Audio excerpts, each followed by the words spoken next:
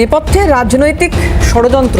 নরজিৎদা, দেখুন, আমি তো সে একটা জিনিস বুঝতেই পারছি না যে এই যে পুলিশ সাহেব ইনি বাইট দিলেন, মানে কোন ইন্টারেস্ট থেকে দিলেন? মানে আমার উল্টে প্রশ্ন, মমতা ব্যানার্জি বলছিলেন না ওই কি আর্মিকে কে নিচে নামাচ্ছেন নাকি, কলকাতা পুলিশকে আর আপনি পুলিশ মন্ত্রী হিসাবে কত নিচে নামাবেন?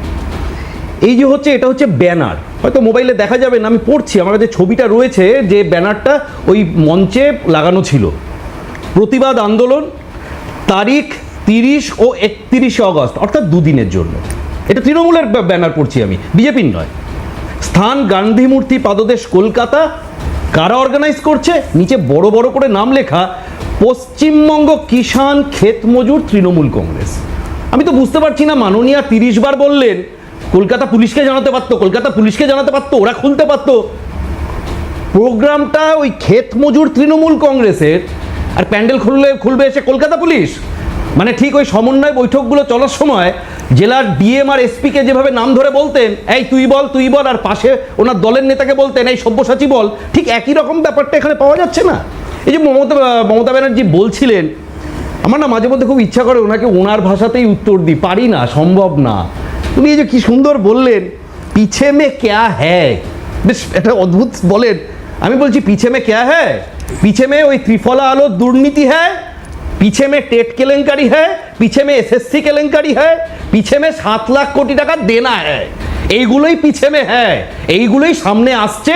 আর তার থেকে নজর ঘুরাবার জন্য আপনি চলে এলেন, একজন মুখ্যমন্ত্রী রাজ্য চালান, কোথায় একটা প্রোগ্রাম হয়ে গেছে, সেখানে কি পারমিশন নেওয়া হয়েছে? ক্ষেতমজুর তৃণমূল কংগ্রেস দুদিনের পারমিশন নিয়েছে, আর্মি বলেছে যে পারমিশন এক্সিড করে গেছে, স্বাভাবিক।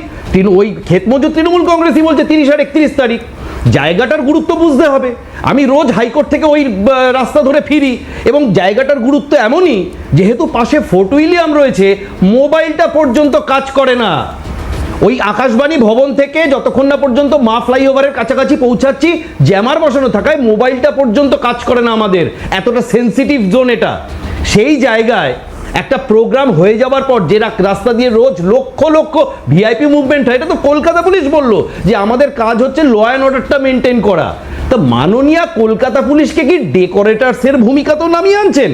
বেসিক্যালি ব্যাপারটা কি আমি তো বুঝতে পারি না, যে উনি রাজ্যে থাকতেও এই আজকে গিরিশ মঞ্চ, স্টার থিয়েটার, এগুলো কেন ফাঁকা যায়, আমি তো বুঝতে পারি না। অরিজিৎদা, একটা কথা এখানে একটু বলি, আজকে কিন্তু বৈশ্বনাথ চট্টোপাধ্যায় বলছেন যে ডেকোরেটর আসছে সেই সময়টা দিতে হবে, লেবার আসছে সেই সময়টা দিতে হবে। কলকাতা পুলিশ তাদের কাছ থেকে অনুমতির কথাটুকু এসছে, বাট এই মঞ্চ খোলার কাজটা ডেকোরেটর, লেবার এরা করবে, এদের আসতে সময় দিতে হবে, এই কথাটাই বৈশ্বনাথ চট্টোপাধ্যায় বলেছেন আজকে। সেটা উনি বলতেই পারেন। আমার বক্তব্য হচ্ছে, আমি আর্মির মুখপাত্র নই, কিন্তু যেহেতু মাননীয়া এবং এখানে যিনি মুখপাত্র রয়েছেন তিনিও একটা বিজেপির ওই বলে কি একটা সিঁদুরে মেঘ দেখলে ডরায়, সেরকম ব্যাপার রয়েছে, সবের মধ্যেই বিজেপির ভূত দেখেন। তো বিজেপি দেখতেই হবে, বিজেপি পশ্চিমবঙ্গে আগামী দিনে ক্ষমতায় আসছে, দেখতে হবে, সহ্য করতে হবে, কিছু করার নেই। কিন্তু কথাটা হচ্ছে, এভাবে ভয় পেলে আর এভাবে মানে উল্টোপাল্টা কথা বললে তো হবে না। আপনি একটা প্রোগ্রাম, আপনার দলের একটা শাখা সংগঠন একটা প্রোগ্রাম ডেকেছিল আর্মির কাছ থেকে, তারা আর্মির সুপ্রিম কোর্টের গাইডলাইন রয়েছে, যিনি মুখপাত্র বললেন যে 3 দিনের যদি প্রোগ্রাম হয়, 3 দিন বা তার বেশি করতে হলে একদম মিনিস্ট্রি অফ ডিফেন্সের প্রোগ্রাম পারমিশন লাগে, আর যদি 2 দিনের হয় তাহলে লোকাল ফোর্ট উইলিয়াম অথরিটি দেয়। তা ওদের ব্যানারেই রয়েছে 30 এবং 31 দুদিনের প্রোগ্রাম, ভালো কথা। 31 তারিখ মিটে গেছে কাল রাত্রি 12টার সময়, আমি ধরে নিলাম রাত 12টা ছেড়ে দিন। আর্মিকে যখন আসতে দেখা গেছে, তখন মোটামুটি আমার ধারণা ওই দুপুর 3টে, 3:30 এরকম সময় থেকে খবরটা সম্প্রচার হচ্ছে যে আর্মি এসে খোলাখুলির কাজ শুরু করছে। আমার বক্তব্য হচ্ছে, আর্মিকে আসতে হলো কেন? জায়গাটা একটা প্রচণ্ড সেন্সিটিভ জোন, এটা নিয়ে যেমন কোনো সন্দেহ নেই। দ্বিতীয়ত, সেই জায়গার সেন্সিটিভিটি মাথায় রেখে এবং পারমিশনের কথা মাথায় রেখে, এটা তো আমি বলবো এমন একটা দল সরকার চালাচ্ছে, তাদের এইটুকু ন্যূনতম দায়িত্ববোধ নেই যে একটা অনুষ্ঠান হওয়ার পরে রাত 12টা থেকে বিকেল 3টে-4টে পর্যন্ত সময় চলে যায়, তারা ওই হাইলি সেন্সিটিভ জোন থেকে তাদের ওই স্ট্রাকচারগুলো ডিসম্যান্টেল করাতে পারে না। এটা কি প্রমাণ করে?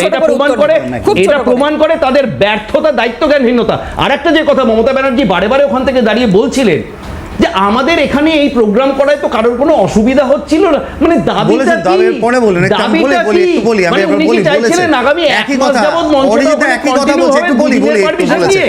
আমি একদম, আমি একদম, একটু একদম বলি, ছোট বলে করে, একই ছোট কথা করে বলছেন। সঞ্চালক দেবেন, আপনাকে বলতে দেবেন, না, যেটা আপনি গোটা এটা ভাষাটা বলেছেন আপনি তো, বলেছেন। মানে আমি পুরো- শুধু শেষ করছি, না, ঠিক আছে, আমি শেষ করছি। বলি, এবার একটু শেষ বলে কথা উত্তর হচ্ছে, দিন। মমতা ব্যানার্জির যদি সত্যি আজকে কোনো কিছু নিয়ে বিরোধ করা থাকতো, সেটা হয়তো আমার পাশের তৃণমূল মুখপাত্র স্বীকার করবেন, সেটা হচ্ছে ওনার দলের মুখ্য সচেতক নান্টু ঘোষ, উনি যখন সাংবাদিকের গায়ে হাত বুলিয়ে বলেন মামনি এসব বলো না, এটার বিরুদ্ধে মমতা ব্যানার্জি প্রতিবাদ করা উচিত ছিল। এটার বিরুদ্ধে প্রতিবাদ করা উচিত ছিল, আর্মির বিরুদ্ধে নয়। আমি একদম খুব সংক্ষেপে বলছি। প্রথম কথা হচ্ছে যেটা আপনি শোনালেন সেনাকর্তার বক্তব্য আর একজন যিনি সেনা প্রধান কর্নেল আমাদের সাথে রয়েছেন, দুটো বক্তব্যের মধ্যে কিন্তু ফারাক দেখতে পেলাম আমি। যিনি বললেন যে 3 দিনের পারমিশন নিয়ে, যে বক্তব্যটা আমরা সেনা কর্নেলের বাইরের থেকে যে বক্তব্য শুনলাম, তিনি বললেন 2 দিনের 3 দিনের পারমিশন নিয়ে 1 মাস। এটা কিন্তু সত্যি নয়। তাহলে এটা প্রমাণ হয়ে গেল 31শে আগস্ট পর্যন্ত সভা করার পারমিশন নেওয়া হয়েছিল এবং তার জন্য সিকিউরিটি ডিপোজিট জমা দেওয়া হয়েছিল। 31শে আগস্ট পর্যন্তই সভা করা হয়েছে। আজকে 1 সেপ্টেম্বর সভা করা হয়নি। সভা করার সময় তো আপনাকে বাধাও দেয়নি। না, আরে মাঝখানে কথা বললে তো আপনি sensitive zone থেকে একটা structure dismantle করবেন না সময়ের মধ্যে? আমরা বলছি, একদম, একদম, এবার একদম, বলছি একদম, ন্যূনতম, একদম, কিন্তু আমাদের এখানে যে প্যানেলে যিনি সেনাপ্রধান রয়েছেন তিনি বলছেন, তিনি সঠিক কথা বলছেন হয়তো, যে তারপরে করতে পারে। আমার প্রশ্ন হচ্ছে রাত্রির 12টার পর থেকে 1 সেপ্টেম্বর পড়লো, তার মধ্যে থেকে কি কি করেসপন্ডেন্স সেনাবাহিনী করেছেন বা আদৌ করেননি? যদি না করে থাকেন আমি বলছি কোনো দায়বদ্ধতা নেই করার, কিন্তু তারা কেন এই বাইকটা দিলেন যে আমরা করেসপন্ডেন্স করেছি? আচ্ছা, ফিরদৌস শামীম রয়েছেন, আমি একটু আইনটা বোঝার চেষ্টা করব। শামীম দা,